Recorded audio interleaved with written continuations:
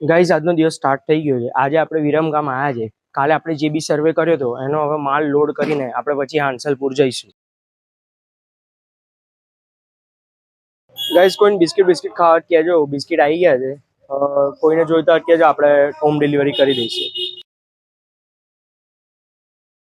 Guys એકદમ healthy mango juice પીવું હોય તો આવી જજો, ઓર્ડર લઈ લઈશું. પછી એને એમ આવ્યા છે બધું ચેકિંગ કરવા, અને આજે અમે જે સેલ્સ કરીએ છીએ ચેકઆઉટ કરવા. ગાઈઝ આજે એટલું ફરવાનું થઈ ગયું છે ને. પહેલા વિરમગામ ગયા, વિરમગામથી હાંસલપુર ગયા, હાંસલપુરથી પાછા માંડલ ગયા, માંડલથી અત્યારે પાટડી ઊભા છે. 60 કિલોમીટર જેટલું ફરી લીધું છે. અને આજે સેલ્સ કરવાનો ટાર્ગેટ હતો બિસ્કિટનો. સર એટલે જ આવ્યા હતા, એટલે બધા ડિસ્ટ્રીબ્યુટરને, નાના ડિસ્ટ્રીબ્યુટરને મળીએ છીએ અને સેલ્સ થઈ રહી છે. ગાઈઝ આજે જમવાનું બહુ લેટ થઈ ગયું હતું, 2 વાગી ગયા હતા. જસ્ટ બીકોઝ કે આજે સેલ્સ ને બધું કરવાનું હતું. તો અત્યારે છેક જમવા બેસ્યો છું.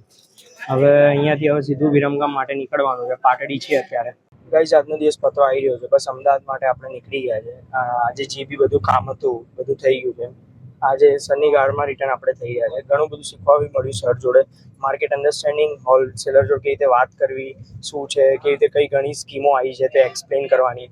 મળીએ ગાઈઝ આપણે બીજા એક નવા એપિસોડમાં.